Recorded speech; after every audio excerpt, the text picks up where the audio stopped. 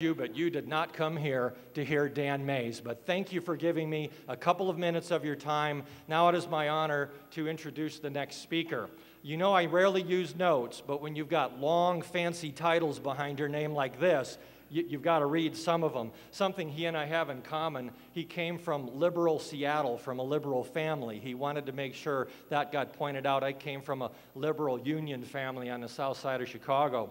But you know, he is now the president of the American Enterprise Institute for Public Policy Research. You don't earn that privilege and that place without earning your bones along the way. I think the greatest part of his accomplishment is he's a musician. He played French horn for years, and he was a professor of teaching French horn at, my arms are getting too short, at Lynn University. Which goes to show we conservatives can also be artistic, can't we? We can do it all if we choose to. He was a doctoral fellow and a consultant at the Rand Corporation. He was an assistant professor of public administration at Lynn University, or excuse me, at Georgia State University. He's honored most recently before he took on this task as being one of the Louis A. Bantle Professors of Business and Government Policy at Syracuse University. I spent a little time in Syracuse myself on business. Most recently, however, he's written 8 books, starting with several, Who Really Cares? I'd like to read that one myself. Who Really Cares? Social Entrepreneurship, a subject close to my heart. Gross National Happiness. And most recently, The Battle, how the fight between free enterprise and big government will shape America's future. I am very honored and proud to be here with and introduce the president of American Enterprise Institute for Public Policy and Research, Arthur Brooks.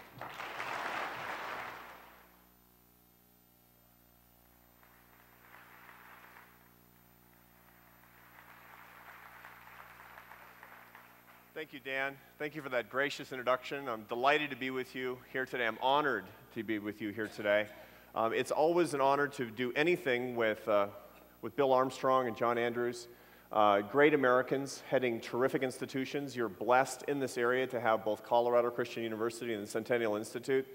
Many of you are supporters of these great institutions, and I congratulate you on supporting the institutions that will turn Colorado back the right way toward the cause of free enterprise and lead the way for our nation such that America can once again be a gift to the world in the cause of free enterprise. So thank you for what you're doing. Thank you for taking your time this weekend.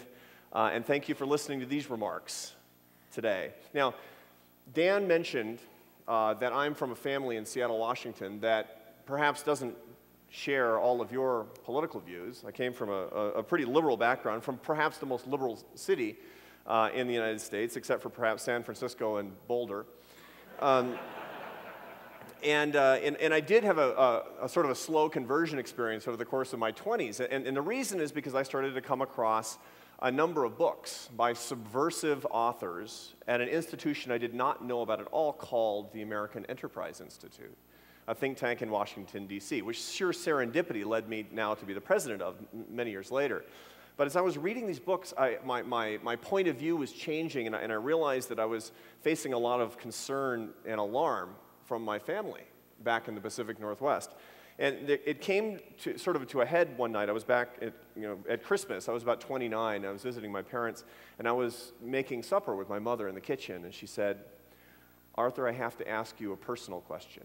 And I thought this was going to be one of those uncomfortable lifestyle moments when parents ask their adult children difficult things.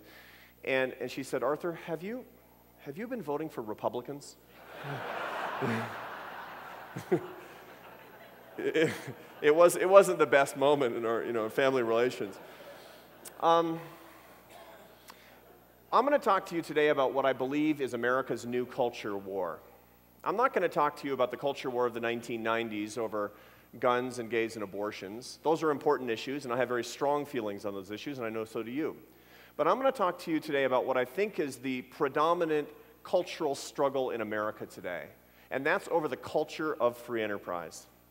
America faces a choice that we have to make between whether or not we are going to continue to be a culture of free enterprise that focuses on limited government where people enjoy the rewards of their good decisions and face the consequences of their bad decisions, and where people celebrate entrepreneurs as the great American heroes, or whether or not we're going to change to a European-style social democracy, a culture that relies on large government, that expects the management of corporations by government, and that focuses doggedly on income equality. My argument is that we have to choose as a nation, because if we don't choose, the choice will be made for us, and it has been. And the choices have been towards statism and redistribution for the past 10 years. It's time for us to make the ethical choice. I believe that free enterprise is the only choice for America, and we've been losing too many arguments. The point of my remarks here today are going to be to help all of us to lose fewer arguments. And I'm going to ask you to remember three things from what I say today.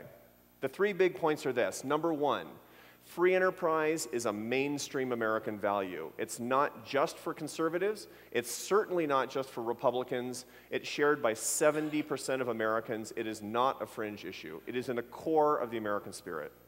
Point number two is that free enterprise is not about the money.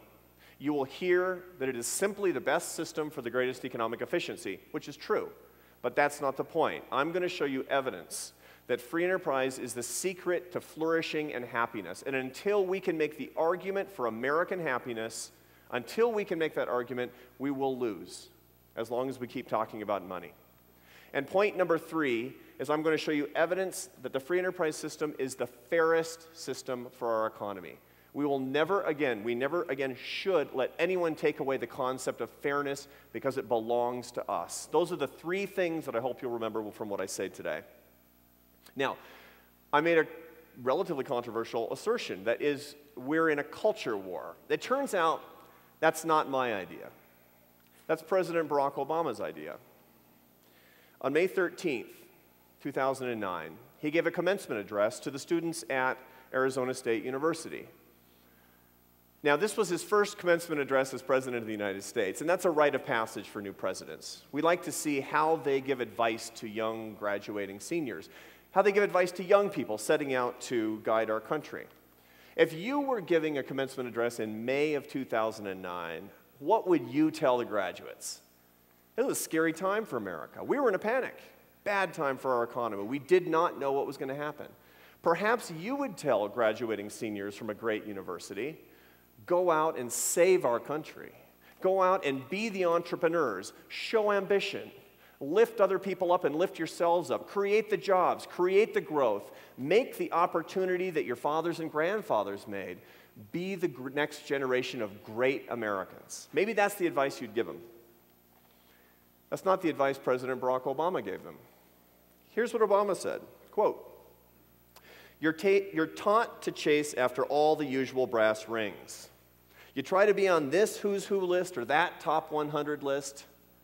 That has been in our culture for far too long. Let me suggest that such an approach won't get you where you want to go. It displays a poverty of ambition, unquote.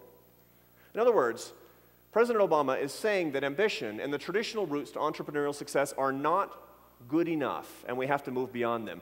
This in the middle of the worst, scariest recession in the last 50 years of American history. This is an extraordinary declaration of culture war in the United States. We can pretend that the current administration's views on free enterprise are about nothing more than economics. We can pretend that they're about nothing more than money. Now, I'm a professional economist. I love money. I love talking about money, but this is not what we're talking about. We can fool ourselves into pretending this is about a couple of percentage points in the tax code. It isn't. They're fighting a culture war, and until we fight back, we're going to lose. It's time for us to understand what we want. So what do we want? What do Americans want? I know what I want Americans to want. I want them to want free enterprise like I do. I want them to love entrepreneurship like I do. I want them to crave freedom like you do. That's what I want, but I can't just assume that. I have to look at the data. I'm supposed to be a scholar. I run a think tank. I have to look at the data. I can't just work on the theory. And you know, the data on their face might seem kind of discouraging. In 1950, the government soaked up 25% of American GDP. Today, government at all levels soaks up 45% of GDP. That sounds like a nation that's moved beyond free enterprise. That sounds like a nation that's going down the path to European-style social democracy. It looks like we're becoming a little French, if you look at the data. So, is that what we want? Maybe that's what we want. What do the data say? The data say that's not what we want. In March of 2009, the Pew Research Center in Washington, D.C., which, as all of you know, is a nonpartisan outfit, slightly left-leaning outfit, did a large survey anonymously of Americans and asked this question: do you believe that the free market system is the best system for America's economy despite severe ups and downs? Just like that.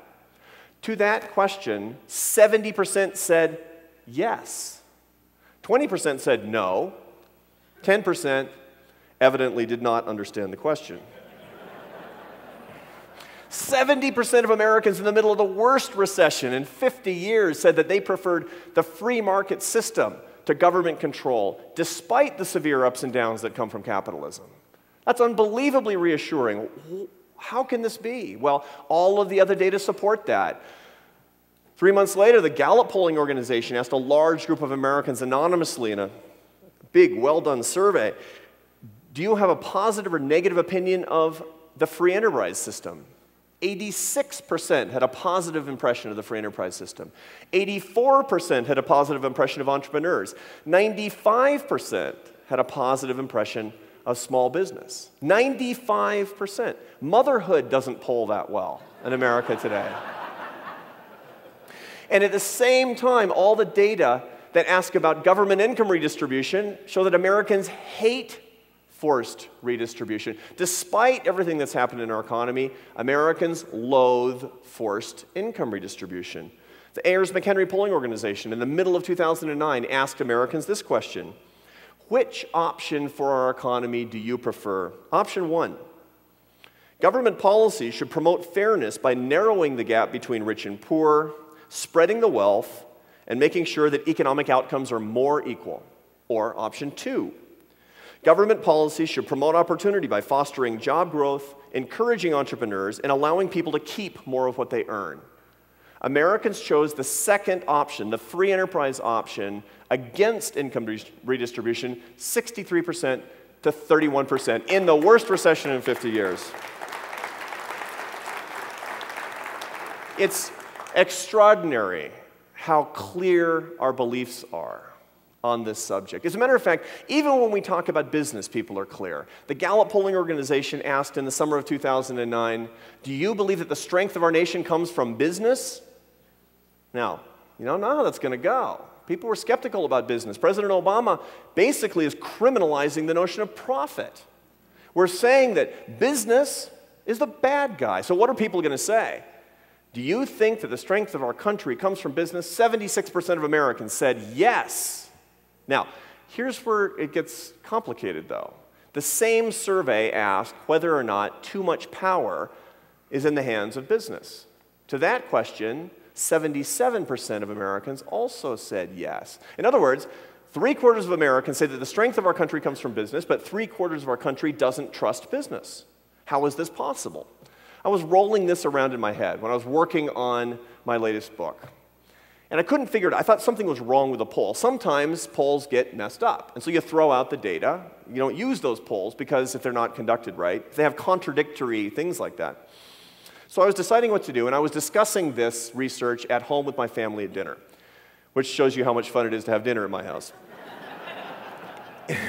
And I like to run these things past my wife, who's very street smart about these types of things. I said, I've got this weird result. I don't believe the data. The data say that 3/4 of Americans say the strength of our country is business, but 3/4 say they don't trust business. How is that possible? My wife said, oh, that's simple. That makes perfect sense. And I said, what do you mean? She said, it's just like marriage. And I said, this is not going in a good direction. She said, it's like this. Everybody loves the institution of marriage, but nobody trusts husbands. And I said, that's a good point. The bottom line is this. No matter how you slice it, the data show we're a 70-30 nation. 70% of us, of you, of the whole country, loves free enterprise and loves it for cultural reasons. 30% stand athwart free enterprise and are trying to wreck it. We're a 70-30 country. Now, this is an amazing contrast to our European friends. For example, if you ask Americans, do you believe it is the principal job of government to redistribute income from rich to poor? Only 33% of Americans say yes. You ask that question to the Spaniards, 77% say yes. That's a different civilization that we have. People who say, we're just like the Europeans, not yet we're not. And if there's no more vivid example of the difference between Americans and Europeans than what's going on in the streets on the two continents. Who's protesting in Greece? Who was protesting in the general strike a week ago in Greece? The answer is bureaucrats and union members who throw Molotov cocktails, burn down their own buildings, demanding lavish state pensions, early retirements, and salaries paid by their fellow citizens in the middle of the worst economic recession in decades in their country. They are entitled to the fruits of the labor of others. That's what they protest for in Greece. What do we protest for here? What are the Tea Party and town hall protesters protesting in the United States? In a nutshell, you, are protesting against exactly what the Greeks are demanding. You're protesting against bigger government, against more intervention, against redistribution, against the abridgments of the free enterprise system. You're protesting the fact that the government feels that certain people should be declared winners and other people declared losers. That is ethical populism. That is American exceptionalism. This is the best we have to offer. It's an example of the fact that we're still a 70-30 nation if we care to make sure that our system goes forward. These are the real heroes and are going to guide the way, the people who are in the streets today. That's you. But this begs a big question. We're a 70-30 nation, so how come the 30%'s in charge? It's supposed to be a democracy, right? What's going on? There are answers to this question. The 30% coalition against free enterprise is governing our nation for three big reasons. Reason number one, not always the popular explanation for Republicans. The 30% coalition has stood against the 70% majority for a long time and before the November 2008 elections. Recall, in the past presidential administration, we saw 55,000 spending earmarks without one veto because of abusive spending. We saw the largest expansion in entitlement spending in American history in Medicare Part D. We saw an expansion in the size of the Federal Department of Education by 54% in inflation-adjusted dollars over the two Bush administrations. The fact of the matter is, we didn't start down the road to serfdom on November 2008. We simply started running down that road in November 2008. And we have to be realistic about the fact that this is not a culture war of Democrats versus Republicans. This is a culture war of big government versus you. And that's the truth.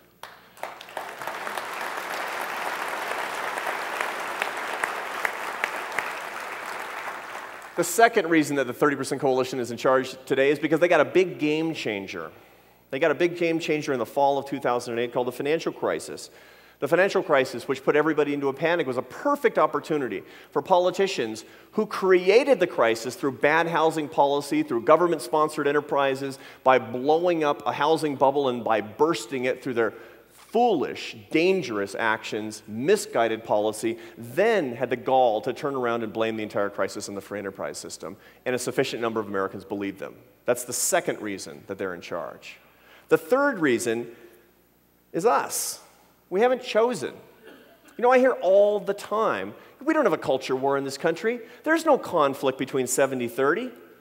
We're a nation of compromise. We're a nation that can compromise between free enterprise and the state. Why can't we? We've always compromised. And in point of fact, it's true. There is no regime on earth that's pure capitalism or pure socialism. It's always in the middle. But I tell you this, if we don't make the affirmative ethical decision for free enterprise and do it now, the decision will be made for us, and as I stated earlier, the decision will always break for the statists and redistributionists. The bill of goods that they have sold us effectively in this country is that we don't have to make a decision. One little compromise here, a little bailout there, a little subsidy here, and little by little, we're marching ourselves down the road to serfdom. That's the real problem. So that the ethical stance that you're taking today, making the moral case for free enterprise, remembering it's not about individual issues, it's about the broad system. This is important, because if we don't do it, the 30% stays in charge.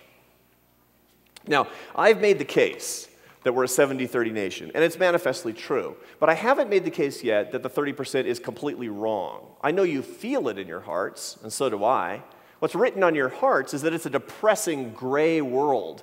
It's a life in the hive, where the 30% tells us what to do and where to go and how to work and how to study, and the list goes on and on. But I haven't actually showed you the data to understand why they're wrong about our country.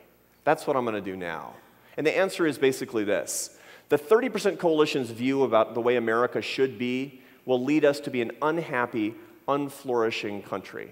And that's a matter of evidence, not just philosophy. When you ask somebody in the 30% coalition, which I do frequently, every time I go to a family reunion, when I ask people in the 30% coalition, why do you think free enterprise is so bad? And they say, because you got too many winners and too many losers. Because some people make so much more money than other people. There's too much inequality. It's not fair. It's not a fair country. It's not a just country. And to get a fairer, juster country, we need more income redistribution. We can't let the people on the high side get so high and the people on the low side get so low. We got to equal everything out. Redistribution is how we get a happier country. Now, on its face, this is not a crazy argument. Why? You see in the data that people who make more than $75,000 a year, statistically, are twice as likely to say they're very happy people as people who make less than $25,000 a year. Inequality seems to matter. And there are social science experiments at universities that appear to bear this out. Here's my favorite experiment. Harvard School of Public Health in 1995, a group of psychologists had human subjects, and they posed two alternative societies that they had to choose from. In society number one, you earn $50,000 a year, and all your neighbors earn $25,000 a year. In society number two, you earn $100,000 a year, but all your neighbors earn $200,000 a year. Which do you choose? 56% took the first. They chose being actually poorer as long as they're richer than the schlub next door. Okay, now, this is kind of a window onto the soul, right? It's a... When I was a kid, my dad used to give me this advice. He'd say, son, it's not enough to win. Your friends have to lose, too. And the data appear to back that up. And people have taken that for generations at face value. Inequality brings happiness. Karl Marx built his entire political philosophy on the notion that envy is awful and envy brings us down. And to stop envy, we have to take from the people who make and give to the people who take. You penalize the makers and you reward the takers. You have to do it to get a happier society. And that is the philosophy on which the 30% coalition bases its founding and fundamental governing principles, on the idea that it is just important to bring the top down as it is to bring the bottom up. And how do you do that? You do that with policies. You do that with policies that reward unproductive institutions like the government that spread money around. And that's exactly what we're seeing. Today, 38% of American workers have no federal income tax liability. In January 2011, 47% will have no federal income tax liability. In the past 12 months, the federal government has created 86,000 permanent federal jobs, not the transitory ones for the census, permanent jobs, at the same time that this president has presided over the destruction of 4 million private sector jobs. The average wage in the public sector today is $71,000 a year. The average private sector wage is $40,000 a year. This is income spreading, my friends. That is the purpose. And the second way that you do this is by penalizing the true engine of income inequality. And income inequality comes from one institution in America called entrepreneurship. The fact that people can be entrepreneurial and keep the rewards of their success is the reason we have more income inequality in this country than other countries. You may like entrepreneurship, but if you hate income equality, you have to attenuate those rewards. You have to bring the entrepreneurs down. That is why the president has a policy starting in January 2011 of raising taxes on families making $250,000 a year or above and not raising taxes on others, because we are penalizing entrepreneurs while we reward the government.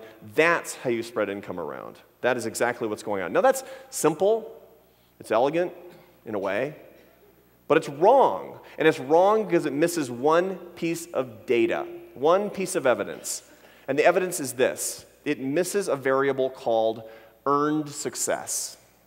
Earned success is the belief that you are creating value in your life or in the lives of other people. And when you ask people about their earned success, it explains all of their happiness in the workplace, and money doesn't explain anything. For example, if I take two people, randomly sampled in the population, who are exactly alike in terms of their race and their religion and their education and their age and where they come from, and both of them say they have earned a lot of success in their jobs, but one earns 8 times as much as the other, statistically, they will be equally happy in anonymous surveys. The data show that when you talk about earned success, the rewards to entrepreneurship, the creation of value, people don't care about money anymore. That's what they're missing. They think it's because of money. Money follows earned success in a free enterprise economy, but it is the earned success and not the money that explains the differences in happiness between people, the differences in flourishing between people. When the government spreads the money around, it's spreading around cash, but not success, and it won't work to lift our country up. There are 3 facts I want you to remember about income inequality. Fact number 1, income inequality does not cause unhappiness. That's a statistical fact. Fact number 2, income redistribution will not lead to greater happiness in the United States. And fact number 3 is that income redistribution lowers the incentives for people to be entrepreneurial, so they earn less success and they become less happy. Actually, paradoxically, this explains what we've always seen. Income redistribution always promises happiness, but it always leads to misery, and that's the reason. The reason is because it's looking in the wrong place for our happiness. Now, this leads to a moral imperative. The moral imperative is this: what is the system that leads us to the greatest level of earned success?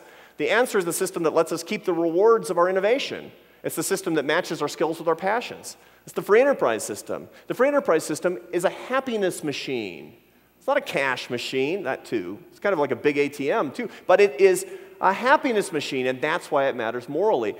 We can say that it's an economic alternative, but it's not. It's a moral imperative, and that's what's worth fighting for.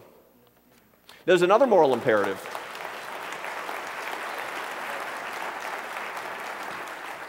There's another moral imperative, which is this: there are too many people who don't believe, right or wrong, that the pathways to their earned success really exist. They believe that the promises of the free enterprise system are hollow. My belief is that our moral imperative for people who believe in the free enterprise system is looking for more true individual opportunity for more people.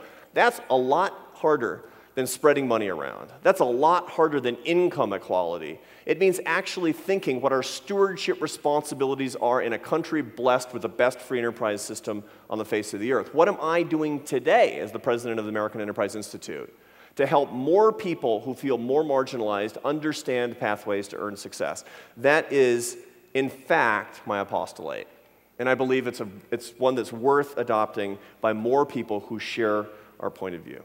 Now, where are we? I've asked you to remember 3 things at the outset, and I want to go over them one more time. Point number 1, you've seen the data. America's a 70-30 nation. Don't let anybody tell you that your free enterprise views are right-wing. You might be right-wing, but that's not the point. This is a conservative summit, but the free enterprise system can and should transcend whether or not we call ourselves conservatives. It's 70-30 stuff. It's certainly not Republican. You saw what happened in the last administration. Free enterprise is a core cultural value of 70% of Americans. Point 2, it's not about the money, it's about the flourishing. If you agree with me that the moral imperative is better lives, more opportunity, more earned success for more people so that they can enjoy the lives that you enjoy, and that in point of fact, free enterprise will continue to be America's gift to the world, you understand that it is not about the money. It is about the happiness, and we will lose the argument as long as we keep getting trapped in a corner talking about efficiency. It is the most efficient system. It does lead to the greatest wealth, but that's not the big point. The big point is that it puts the life in life, and that's what we have to be comfortable talking about. And fact number 3 is that this is the fairest system. You know, we talk all the time about how do you get greater fairness, and how do you get greater fairness? According to President Obama, you spread the wealth around. When asked, why are you going to increase taxes on the top earning families in America, he said we need more fairness and balance in our tax code. He thought bringing the top down would make our country fairer. Americans don't agree with that. Americans think that the fairest system is a system that rewards hard work, merit, and excellence. It's also a system that penalizes corruption, stupidity, free riding, and laziness. That is, in a nutshell, the free enterprise system.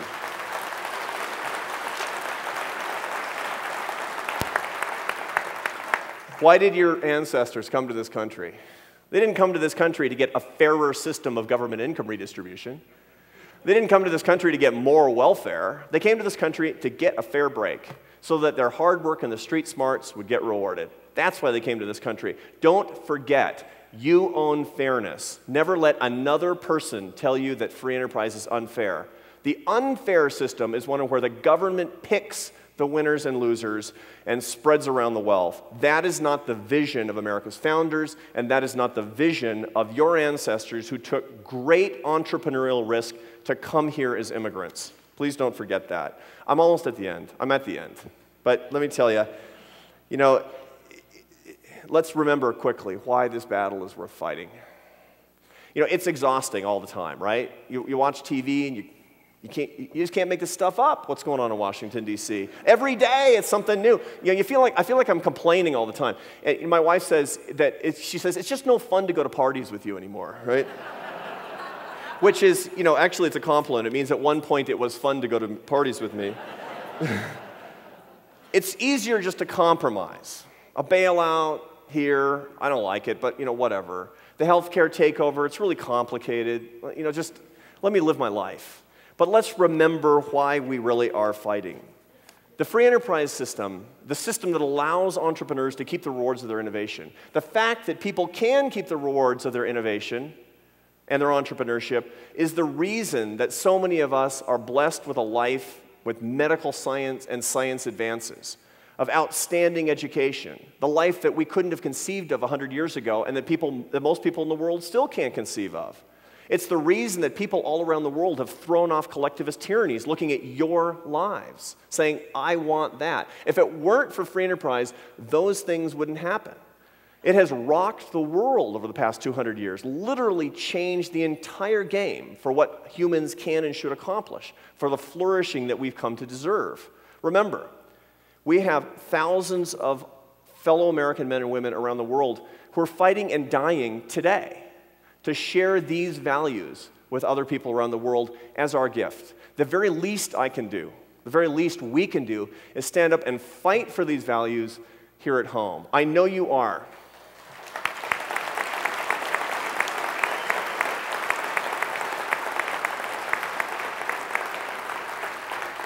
I know you're fighting for these values. I know that because if you weren't, you wouldn't be wasting a morning listening to me in beautiful Colorado. You'd be doing something else. You're here because you care.